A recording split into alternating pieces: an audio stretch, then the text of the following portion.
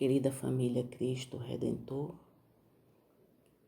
que a paz do Divino Mestre seja uma constante nas nossas consciências e nos nossos corações. Hoje nós vamos tecer algumas reflexões a respeito do capítulo 5 de O Evangelho segundo o Espiritismo, Bem-aventurados os aflitos, e nós vamos tratar do item 20, a felicidade não é deste mundo. Nós estamos vivendo, nesses últimos tempos, momentos de intensas dores, momentos de grandes aflições. E nos questionamos, então, a partir da mensagem trazida pelo Cardeal Morlot, será que nós fomos realmente criados apenas para o sofrimento? Porque quando nós vemos o título, Bem-aventurados os aflitos, nós poderíamos entender como feliz aquele que sofre. Mas parece uma contradição falar de sofrimento e de felicidade. E quando Jesus diz que a felicidade não é deste mundo, se nos torna mais incompreensível de uma forma direta, de uma forma objetiva. Mas nós temos que entender que Jesus nos falava numa linguagem em que ela iria sendo decodificada à medida que o tempo transcorre e que nós evoluímos moralmente, espiritualmente e temos a condição de ir entendendo. A partir de então, nós temos que relembrar que no próprio Evangelho, no capítulo que se trata das moradas, existem muitas moradas na casa do meu Pai, nós vamos observar que na classificação dos mundos, a Terra está classificada como um planeta de provas e expiações. Logo, nós vamos passar a perceber que quando Jesus fala da felicidade e que ela não é deste mundo, nós não poderíamos tê-la na sua essência e pureza, porque nós estamos vivenciando momentos que nos permitirão uma evolução nessa escala de progresso para que possamos sair das provas e das expiações para o que nós já estamos vivenciando, que é a entrada no mundo de regeneração. Logo, se vivemos num mundo onde existe a dor, onde existe o sofrimento, nós não podemos querer ter a felicidade de uma forma absoluta. Então, se nós perguntarmos, será que temos a possibilidade de sermos felizes na Terra? Nós podemos alcançar essa felicidade de uma forma relativa. Mas às vezes imaginamos que a felicidade ela se encontra nos prazeres materiais. E se nós visualizarmos apenas essa forma de satisfação, nós vamos estar igualados aos animais irracionais, porque somos animais racionais. E é justamente a razão que nos diferencia desses seres irracionais. Então, se nós passamos a entender que vivemos num mundo de provas e expiações, nós vamos entender que temos a responsabilidade, então, de auxiliar na melhoria, na evolução do nosso planeta, a partir da evolução de nós próprios, como individualidades que somos, como coletividade, como habitantes do planeta Terra. E o cardeal Morlot nos diz, ele nos traz algumas condições que no mundo da matéria muitas vezes colocamos como algo fundamental. Muitas vezes se entende que determinadas condições, e ele traz 3 aspectos que nos chamam muito a atenção, é o dinheiro, a beleza, a juventude, o poder. Se nós nos detivermos apenas nesses 3 aspectos, porque utilizando aqui o dinheiro, a beleza junto com a juventude e o poder como um terceiro ponto. Esse medo de perder qualquer uma dessas condições nos conduz à ansiedade. Então existe o medo de perder o dinheiro.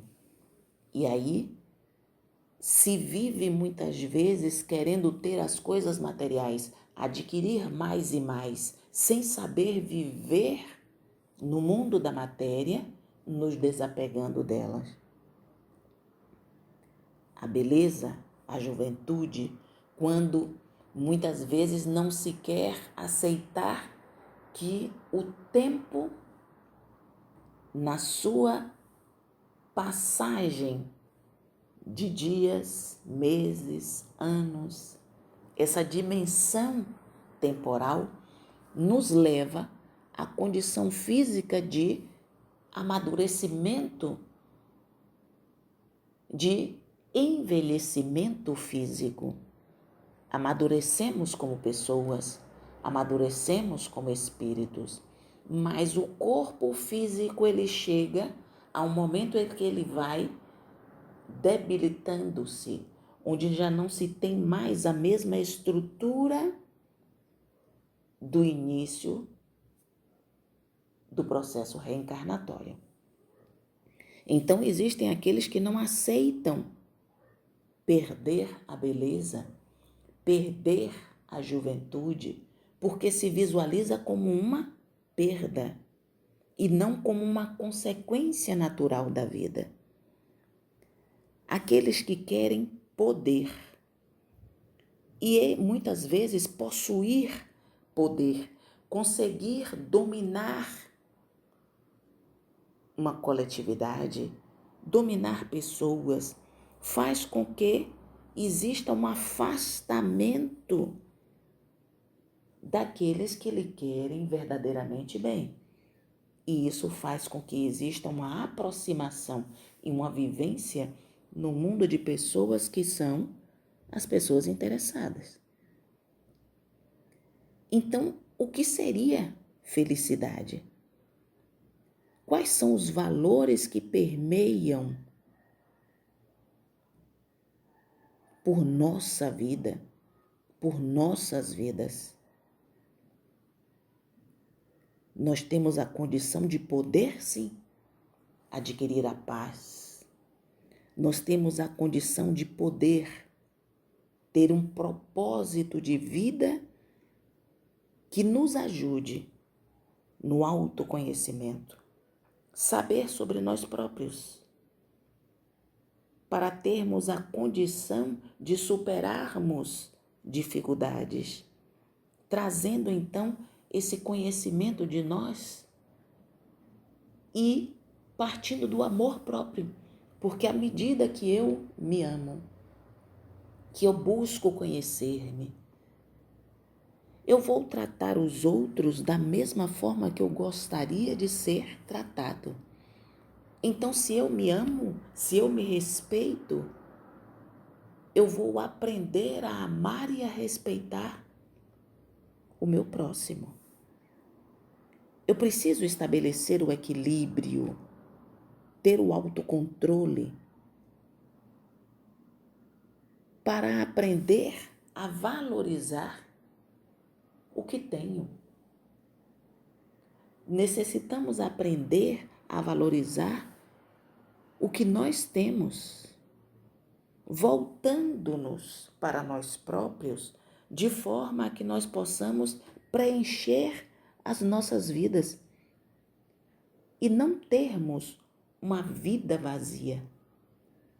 Porque é justamente essa vida vazia que não nos permite enxergar o sucesso. O sucesso como a aquisição de valores que nos vai enobrecer.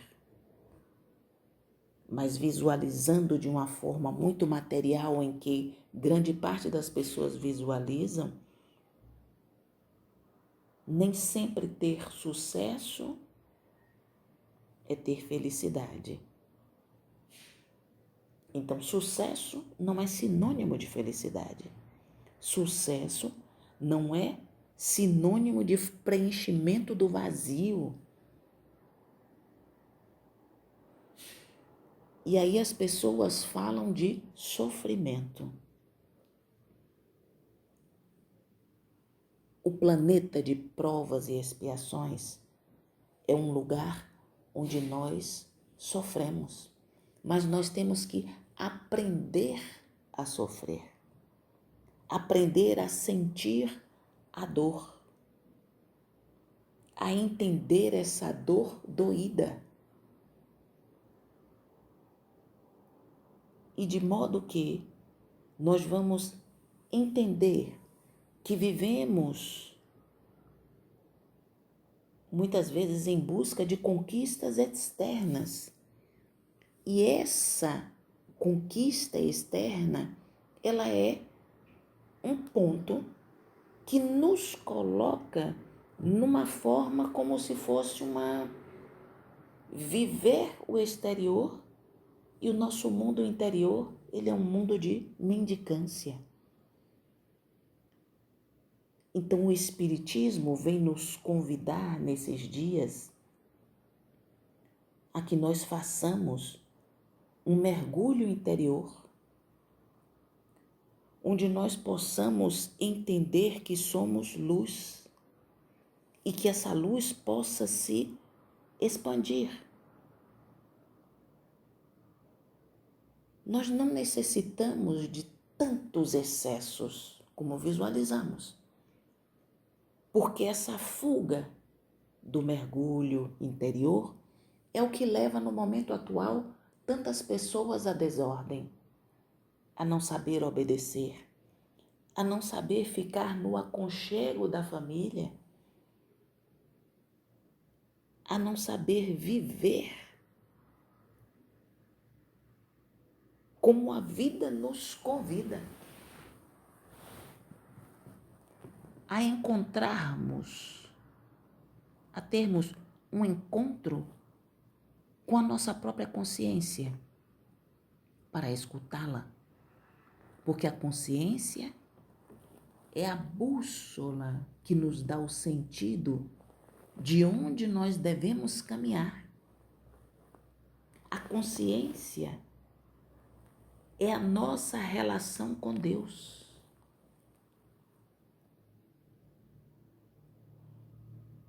Onde nós vamos aprender a valorizar o que temos. E de que modo nós podemos valorizar? Através da oração, através da doação. A doação de nós próprios para com o nosso semelhante. Mas vivemos num mundo onde as pessoas querem ser famosas, querem ser iguais àqueles que são famosos, como se eles não tivessem problemas. E nós sabemos que todos que aqui estamos passamos por dificuldades, mas temos um objetivo comum: alcançar a felicidade, sermos felizes. Mas se nós entendermos que a felicidade na Terra ela é relativa, porque na casa do meu pai existem muitas moradas. Então a felicidade ela está de acordo ao mundo onde nós habitamos e ao grau de elevação moral do seu povo. Se existe uma escala onde os mundos vão passando do primitivo ao de provas e expiações, ao mundo de regeneração,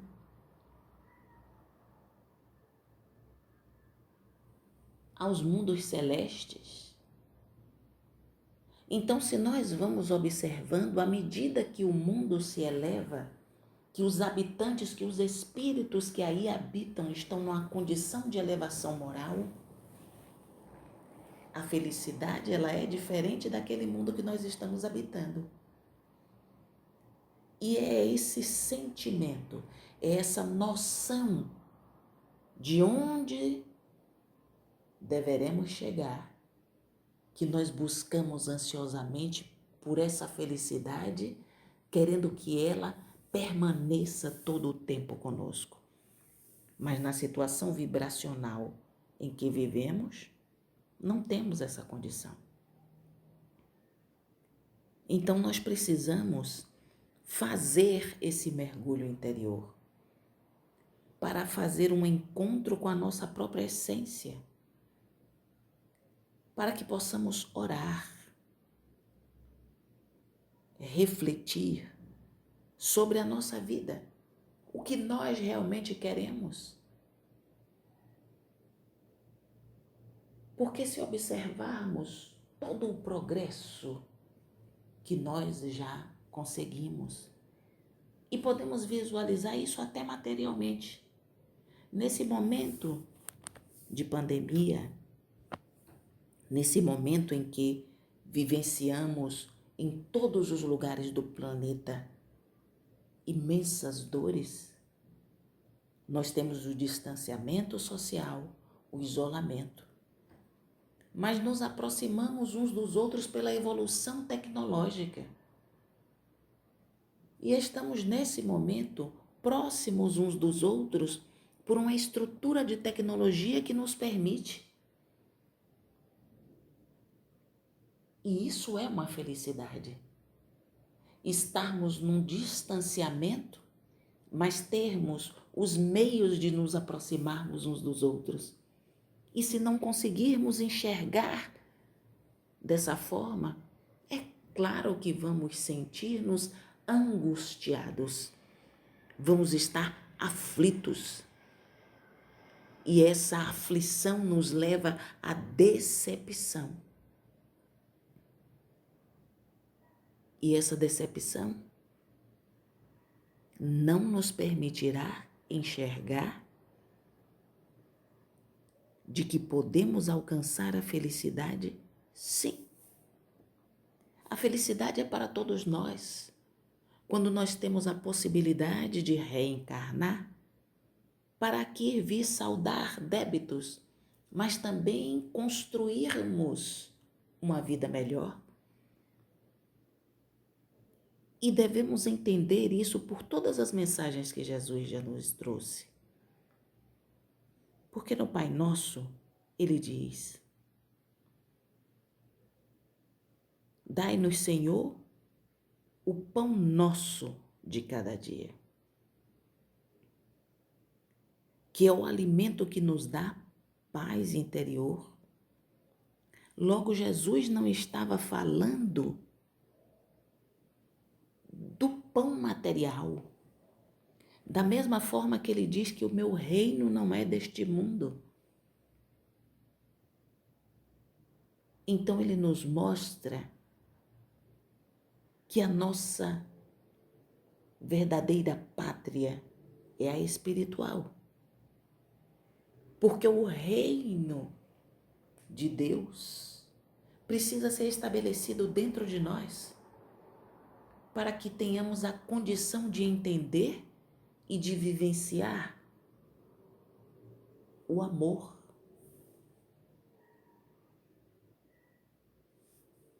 Jesus nos mostrou a condição de sermos felizes. Se nós observarmos a natureza desse planeta,